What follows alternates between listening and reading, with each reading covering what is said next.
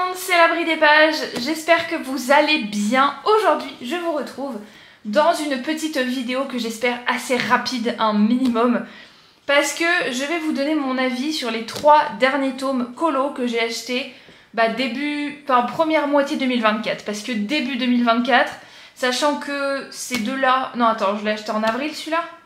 Ou en mai? Non, je les ai achetés en mai ces deux-là.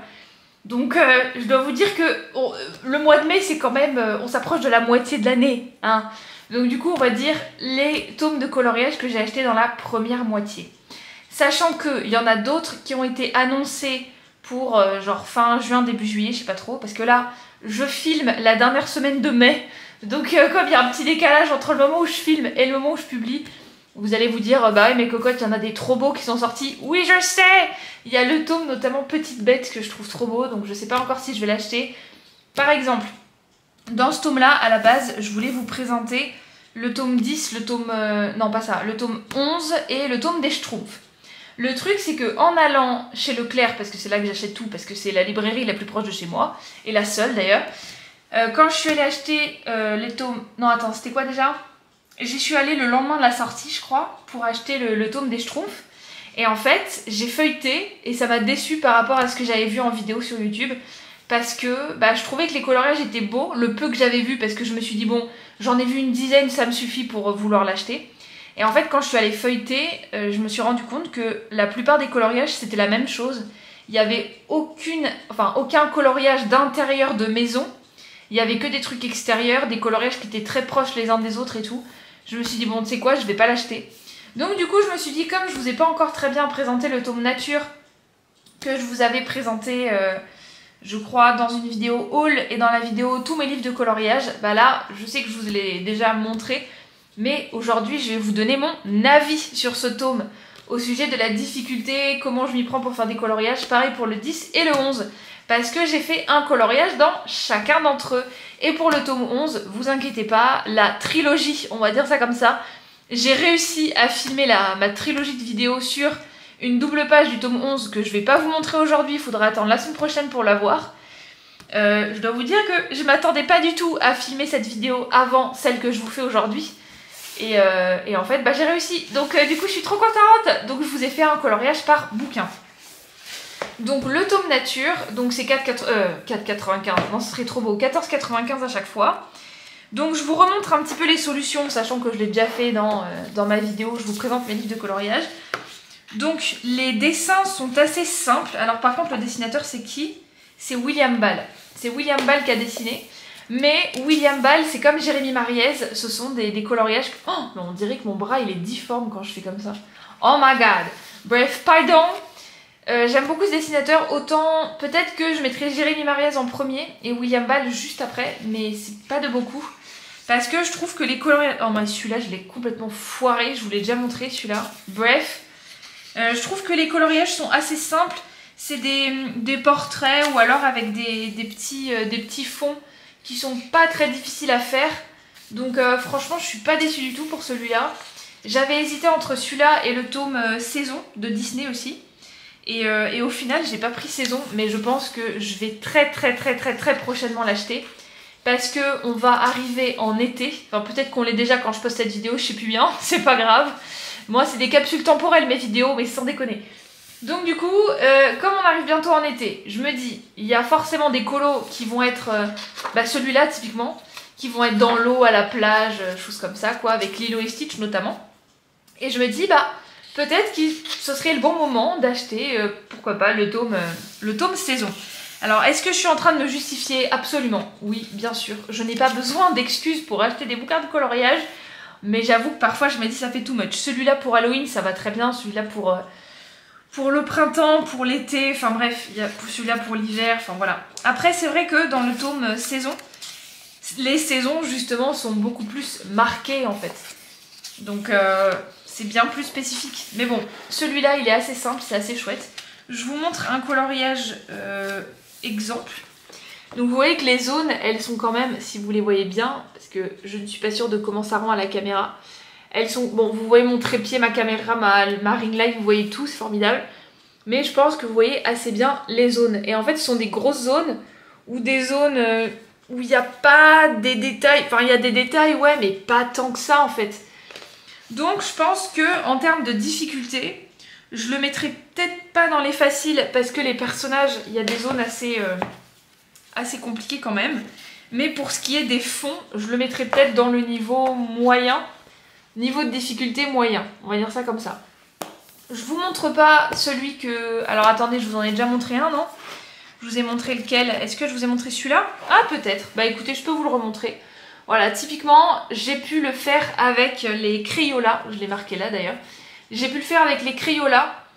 Et franchement, on s'en sort. Sachant que les Crayolas, c'est des mines quand même assez fat. Mais même avec les Crayolas, j'ai quand même réussi à faire ça, les petites zones là, les petits... Enfin, voilà. C'est pas impossible à faire avec des crayons un petit peu plus épais.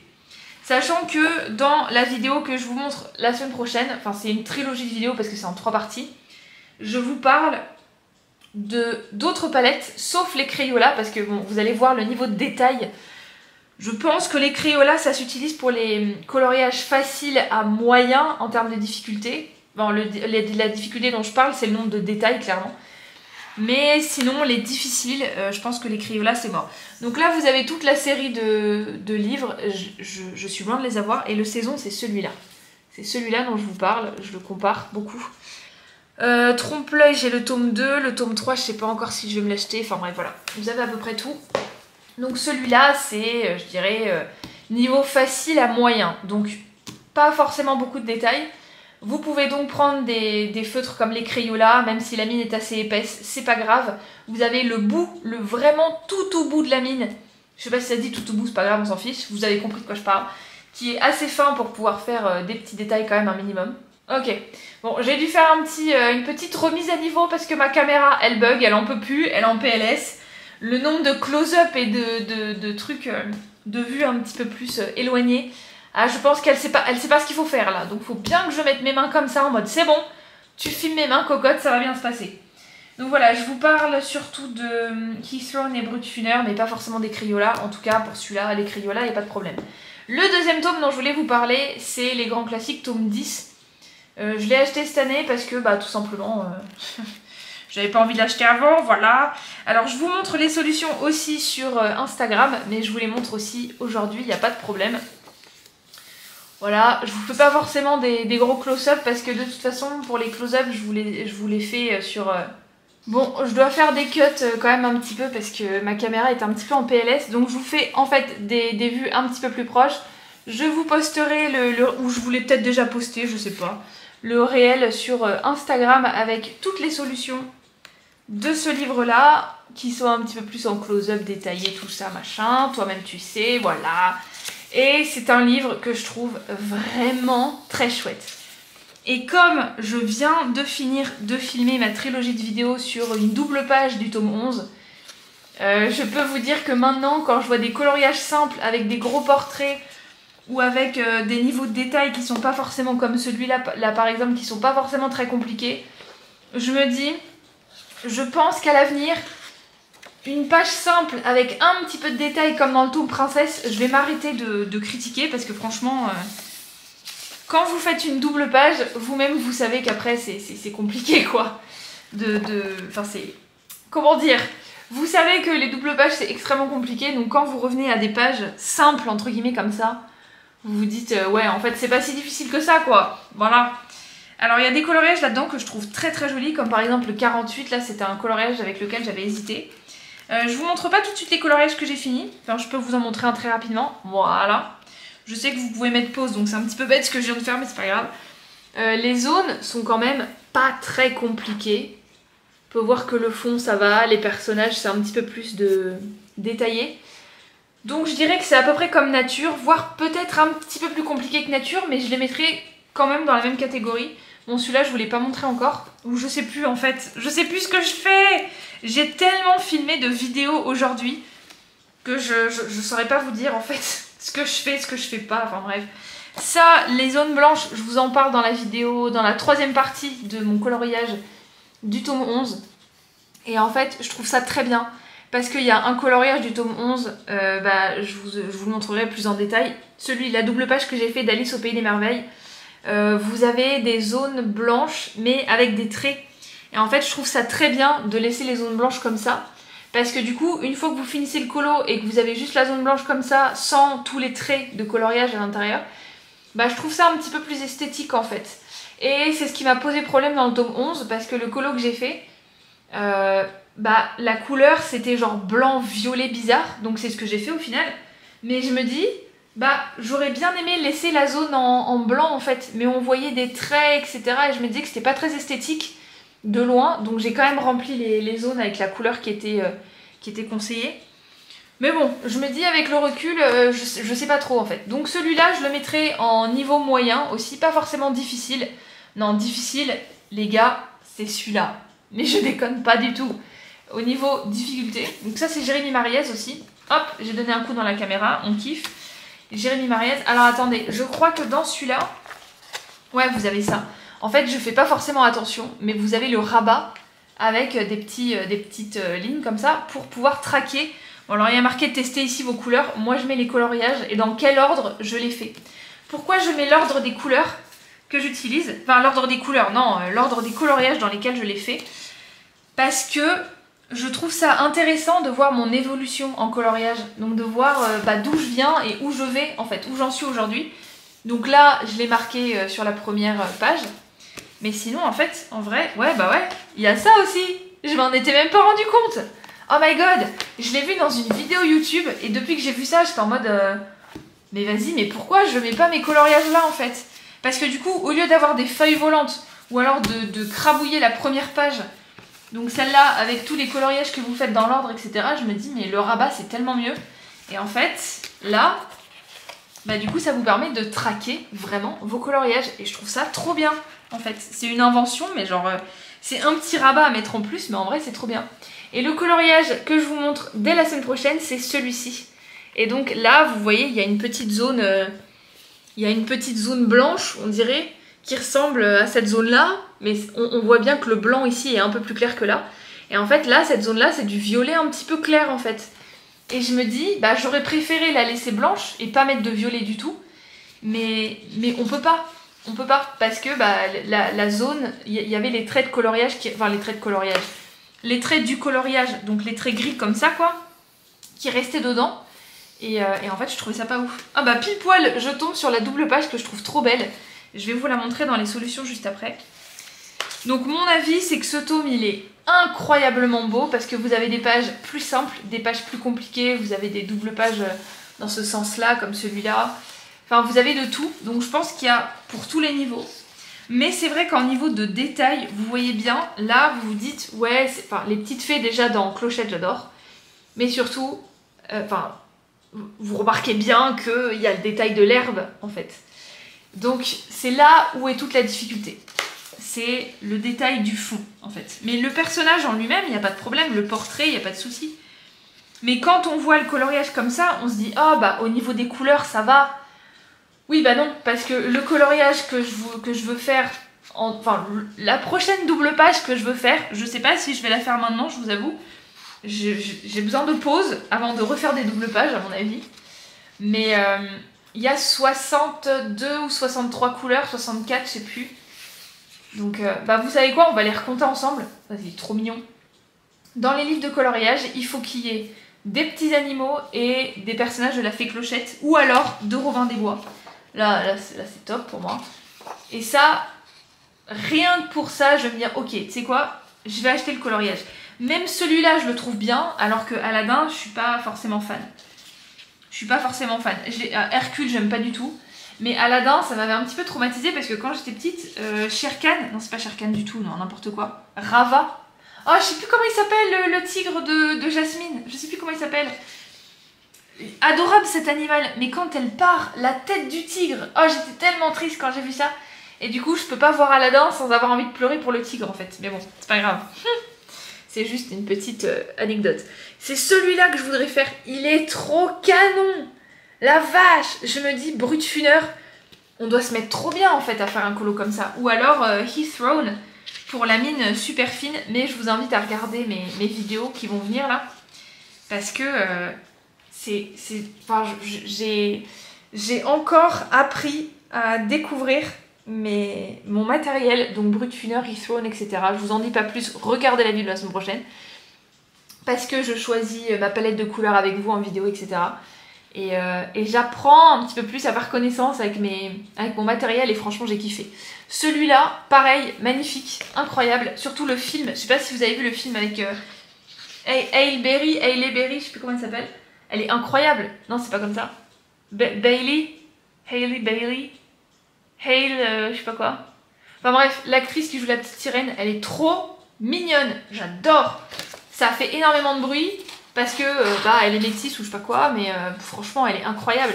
Et donc à chaque fois que je vois ce coloriage-là, je pense au film de la petite sirène, Ariel et Eric, incroyable.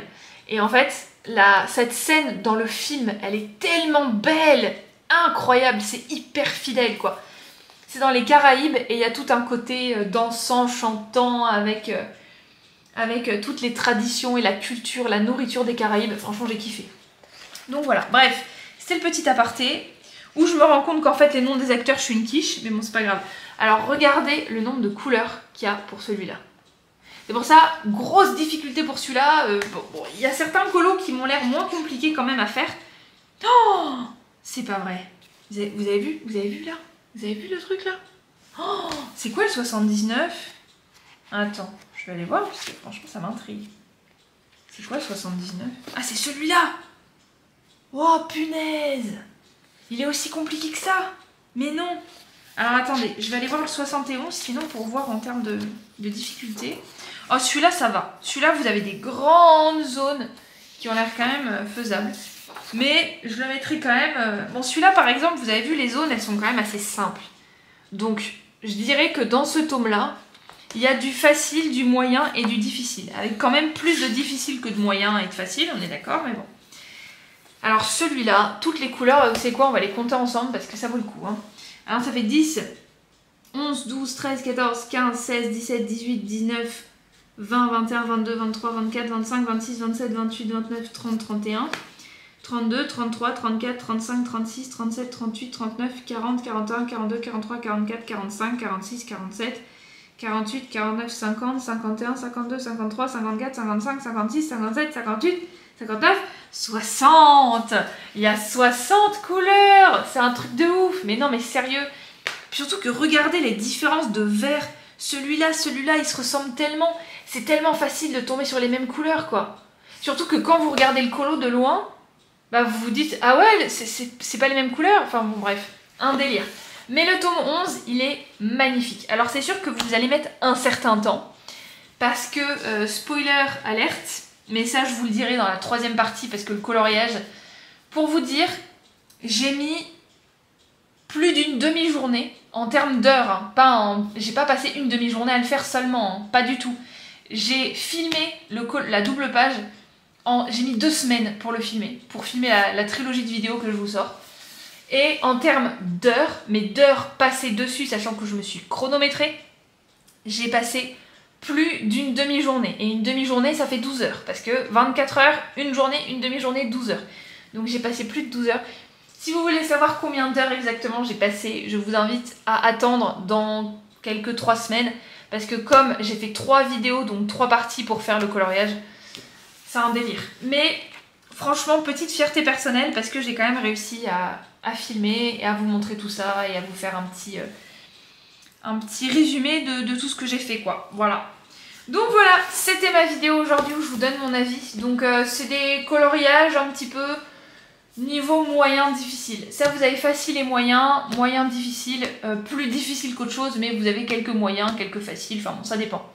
Ça dépend de votre appréciation des détails, de ce que vous voulez retrouver, de la difficulté aussi, parce que pour moi, la difficulté c'est vraiment le souci du détail et votre patience à vous. Parce qu'un coloriage qui est très difficile pour moi, c'est un coloriage où je vais passer beaucoup de temps, où je vais devoir me concentrer et me défoncer les yeux pendant plusieurs heures, beaucoup d'heures. Donc c'est beaucoup de patience, beaucoup de soucis du détail et surtout le matériel parce que parfois vous n'avez pas les couleurs en fait. Bon, c'est juste des conseils de couleurs, c'est ce que disent les dessinateurs. Donc là c'est Jérémy Mariez et William Ball, mes dessinateurs préférés franchement. sans aucune hésitation. Et ils disent eux-mêmes que ce sont des conseils, des couleurs conseillées.